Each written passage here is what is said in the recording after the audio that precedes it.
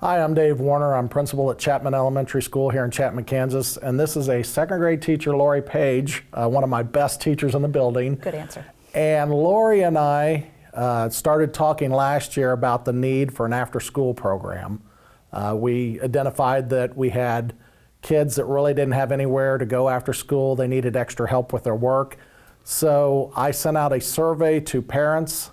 We sent out about 300 questionnaires. We had about 200 of them returned, identifying a need for some kind of after-school help with a place for kids to be, help with tutoring, those kinds of things. And so with 200 responses, we started the planning last year for that program. I had started a similar program at a previous school where I was a teacher at, and so we used that model to start it with and base it off of, and we went from there. We kind of adapted it to our needs in our school here, and I'm going to let Lori talk a little bit about that program. Well, each week we have a different theme for activities. Our biggest theme was last week we had a Christmas trip around the world where the kiddos learned different cultures from different countries around the world. And that ended with a food drive where we collected close to 1,500 canned food items that we donated to the local food bank in Abilene. The kids were pretty proud of themselves, and Mr. Warner and I got rewarded at the end with a pie in the face and silly strings, so that was our school reward for that. We've also done a bake sale at the end of the fall season, a fundraiser for our program. Each night the kiddos come into the computer lab here, and they're in here for a half an hour for tutoring, and then we go and we have snack, and then we do our themed activity for the evening. And we have several fun activities coming up. This spring we are going to have a plant sale where the kiddos will plant seeds at the beginning of the spring, and then at the end of the season we'll sell those for another fundraiser. We've just got a lot of fun activities coming up, and the kids, I think, really enjoy that. We do, every Friday is a science experiment.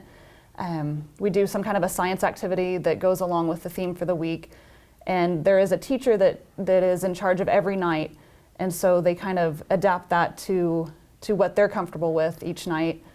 And I think the kids really enjoy being here, so. Yeah, I think we have buy-in from the kids and the parents. One of the things, as I alluded to earlier, was the need for parents to have somewhere they knew their children were safe after school hours. We have a lot of parents that commute in and out of town, and they work in Junction or Abilene or maybe Topeka.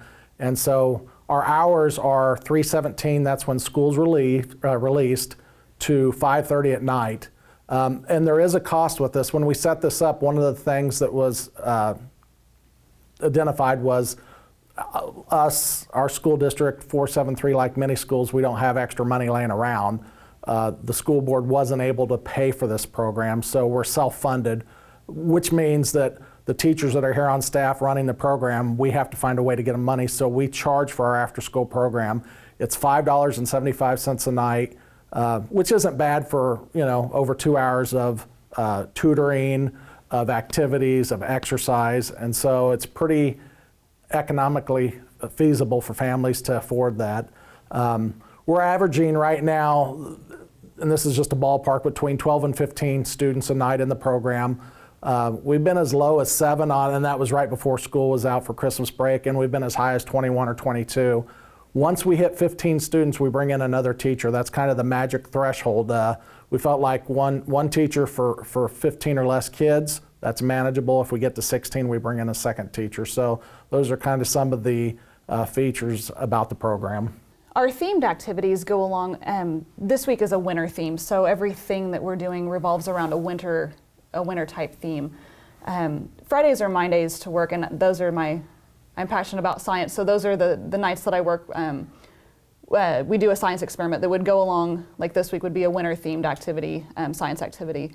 So just the teachers that work each night, it's their comfort level, however they present the material and the activities that they do. So one of the keys, though, is kids and students, I should say, aren't just here having fun. I mean, they have fun, they love coming, but they're learning things. It's kind of a continuation, an extension of what they're getting in school. So the science activities are based on science standards, that type of thing. Also, I mentioned the tutoring. that 3:17 to 3:45 time where teachers are tutoring, it's also a time where homework's done. So it allows students to complete their homework here, so when they get home, parents don't have to worry about the homework. So that's an added bonus. One of the things that I've heard back is parents love the fact that kids get any homework done here before they get home. Well, and we've had, I think, 2 staff meetings since it started with the staff that works at the program. We're constantly looking at what do we need to do to help our children, our students in the program, and our families to serve them better. How can we improve? And so we've changed a few things. One of the simple things was when parents got here, they weren't sure where are my children at, which room are they in, because we have a big building. And so we started putting a sign out in front so when they come in, they can identify, oh, my kid's going to be in Mrs. Page's room, or my child's going to be in Mrs. Caraballa's room. So we're constantly looking to improve things like that, kind of a self-reflective piece that we do. As far as an overall evaluation, we want to make sure we're breaking even. We're not trying to make money, but we have to have enough money coming in to pay our staff because, like I said, we're self-funded. So I guess that's kind of the big picture. As long as we're able to pay our staff, then we're successful. I think it eases the tension for the kiddos. When they go home, the homework is already finished, so they have that free time to be a kid. So they're still in the school setting while they're doing their homework. I don't know so much that the academics has improved, but I think it's the quality of fun at home has improved for them since their homework is done before they even leave the building at the end of the day. So, and I know a lot of teachers have appreciated the fact that their homework is getting done here, because a lot of times kids will forget or it gets pushed to the side at home. So those teachers know that those kiddos are getting their work done here at school. So I think that's a big bonus for everyone involved. I might add, as we look to the future, you kind of asked about the future. One area I would like to try and grow is possibly find monies through grants or different things that we can have scholarships. We have some students that can attend because they can't afford the $5.75 a night or approximately $30 a week. And if there were scholarship monies available that we could do that, that would be a huge help. And that's going to, I've looked some, that's going to be an area that I continue to look to is for monies out there that we could use as scholarship for children to attend. They contact our school office, the phone number 785-922-7171. They'll talk with our secretaries and they'll give them all of the information they need. And basically our biggest requirement besides the financial end of things is we need to know the Friday before the week that student's going to attend so we can set our staffing. If we need 2 teachers on a certain night, we need to have plenty of time to do that. So but if they call the office can give them all the information they need. St. Michael's Catholic Parish in Chapman invites you to bring out the family and join in weekly Mass. Call today for more information.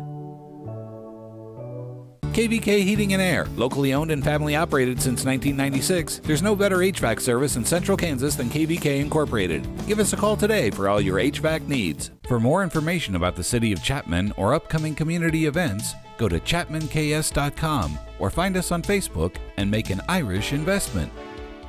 Midway Bar and Grill on Old Highway 40 is your local stop, offering fresh food and a great time. Open 6 days a week for lunch and dinner. Come in or call ahead today and try one of the best burgers in the area. Archangel Firearms in downtown Enterprise, your local firearm and archery headquarters, would like to remind you to always practice firearm safety.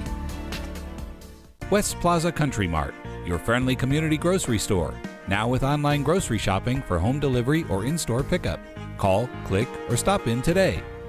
I'm Valerie Rock. I teach 5th grade at Chapman Elementary. And I am Renee Caraballo, and I teach 5th grade as well at Chapman Elementary. And we're here to talk about the newspaper that we started at Chapman Elementary this year. We decided to start this because we teach 5th grade, and 5th graders are kind of we would think should be the leaders of the school, and so we wanted to promote leadership and community in our school, and so we started the newspaper in order to help the students take ownership of being the leaders in the school. And so we did that. This summer we came up with the idea, and then we decided to just talk to the students about it, and they were really excited about it. So we went ahead and did that. We let the kids take ownership with different jobs. They all have different jobs. There's reporters, there's interviewers, there's artists even, there's writers. They all do many different things, photographers, and just anything else that we add into the newspaper. So the kids have been really excited about it. They've done a really good job taking that ownership. This also gives some great educational opportunities for the kids. Many academics, not just writing. They do math by doing graphs. They're working with graphs in the newspaper, and they do all sorts of reading and then just problem solving, lots of different options like that. So Yeah, they take turns brainstorming different subject areas that they want to talk about. So we break the staff down into different groups, whether it's worldwide news or weather. We also do local events, school events, as well as sports, and they've done a variety of different things. They've interviewed different staff members like JL and Jody on what it took to get our school ready over the summer. They also interviewed Mrs. Aramowitz with her awesome Christmas program.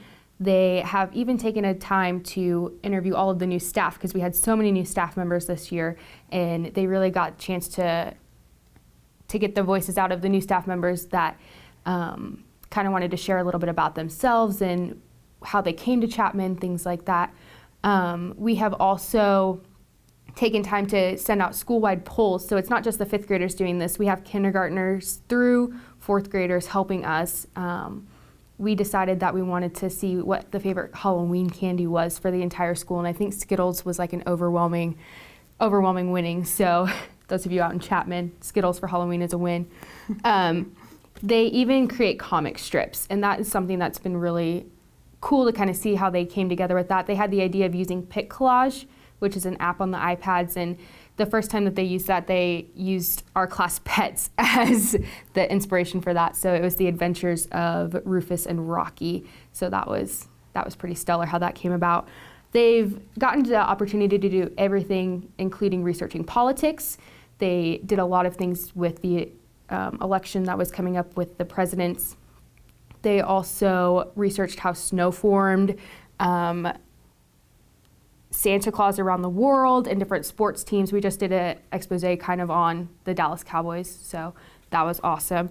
They even have a Did You Know column. So they've done Did You Know How to Drift a Car, which they don't obviously know how to drift a car, but it was kind of fun to see their interests come to life in this newspaper. They really get to take it and make it their own, and they get to share what they want to talk about and research different topics. So it kind of gives them a way to express their interest as well as take in a lot of those educational tools that they've learned and research a lot of the things, for lack of a better word.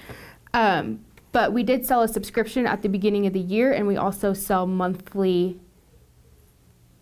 individual subscription. Individual subscriptions each month. It was a pretty great turnout. We have about 75 per month that go out, and we've used the school funds to get the fifth grader stuff that they need for their classroom, and we even hope to purchase a template with this money to make it a little bit easier for us as well as the students to collaborate as a team when working on the newspaper. So yeah, and now we're getting ready to work on our February newspaper. The kids are just now starting to brainstorm, so it's kind of a month-long process. We usually need about the full month really to plan, and they work on it, as well as all the other things that they learn. So it's pretty fun. They've had a lot of fun with it. It's been neat to see them take on that ownership and become leaders in our school. So yeah. We have about 40 students working on the newspaper. All of the fifth graders are involved. We take turns each month. One of our classes does it, and on the off months we do a different activity with the students. So this month for February, it'll be Mrs. Rock's kids doing it, and my kids did the December issue that came out right before break started. We've already had to adjust it a lot. We kind of started out not really knowing a whole lot about it, and then we figured out that email is a safe haven. So we contacted Brett and Kyle, and they set our students up with the Gmail accounts, and so they were able to actually email us the information, and we could edit right there on the computers, and they could have it back, and they could re-edit it and go through and then send us it, and we would put it all on a template. And I think that's kind of why we hope to get that be able to find an actual like newspaper template that we could put on the students' iPads. We're lucky enough to have one-to-one iPads for each of the students. So we've got all 38 or 40 of the students have their own iPad, which is really nice. So they can work on that and they can send it easily to us throughout the school email. And yeah, the template, we just think putting that on their iPads would be able to help them with their job in the future for sure. Yeah, and I've got 2 students that usually help me kind of with the layout, but if we got that template, it would be even better because the students would actually be able to go in and put their own stories in and decide what their headline is going to be. And so how it kind of looks, yeah, see the look of it. So yeah. I think it's going really well. The students really enjoy it, and it's something that they look forward to when we get to work on it every day. And a lot of the ideas are all theirs, you know, we just are kind of the moderators for it, so we just kind of help guide them. keep them on task, and they pretty much do everything else that they need to do. Yep. Currently, it's just a physical paper that we print off right now, and we haven't quite figured out. We thought maybe if we get a template or something like that, we might be able to have online. We both have classroom websites that we might be able to post them to eventually, or set it up through the school website or something eventually. But this was our first year, so we're just kind of working out everything as we go. Yeah. One thing that we really wanted the fifth graders to experience is the whole idea of putting a newspaper together. And so when we did that, we thought that we would reach out to the community and see if they wanted to get behind us. And when we sold our subscriptions for the newspaper, we had a line on there asking if anybody wanted to advertise their business. And we had an overwhelming amount of support from the Chapman community. We had Dr. Freeze put in a business ad, Blixt Construction, as well as many different realtors, Mindy Litzinger, Missy Blacketer. We had teachers that sell different things like 31 and Pampered Chef put in advertisements, as well as the Fort Riley Spouses Club. And you can always put in an advertisement, and it really helps the students kind of get a feel for the layout, as well as they really feel supported when those advertisements come in, because they can see that their paper is being reached by so many different people. And it also helps the ads, the people that are advertising, because your paper is going home to 75 different families. And so when they see that ad, they know that there's someone local that has their back and that they can trust with their business. And when those ads appear in the newspaper, they come out on a double-sided piece of paper like this, and it just goes home to so many different people. They could always just contact us. My email's vrock@473mail.net. I always forget my email. Sorry. It's 50 cents a subscription, or just for one newspaper, or $4.50 for the whole year, which we're already halfway through the year, so we might be able to prorate it for them. Exactly. Or they can always contact the school office, and they generally know how to get a hold of us. Yeah. So. Geary Community Hospital's clinic in Chapman. Progressive Healthcare. Hometown Compassion. Be the belle of the ball when you shop Abilene Bridal and Formal Wear, offering elegant evening dresses and tuxedos for all occasions. Abilene Bridal and Formal Wear, where dreams come true. Around here, we believe in local values like hard work, family time, or a fair price on reliable internet from a local company. That's why Eagle Communications delivers great local values, like a range of internet options to fit your family's needs. Fast and consistent enough to power everyone's devices at once. All at reasonable prices we're proud to offer our friends and neighbors. Ready for better internet? Give us a call or visit eaglecom.net and discover our local values today.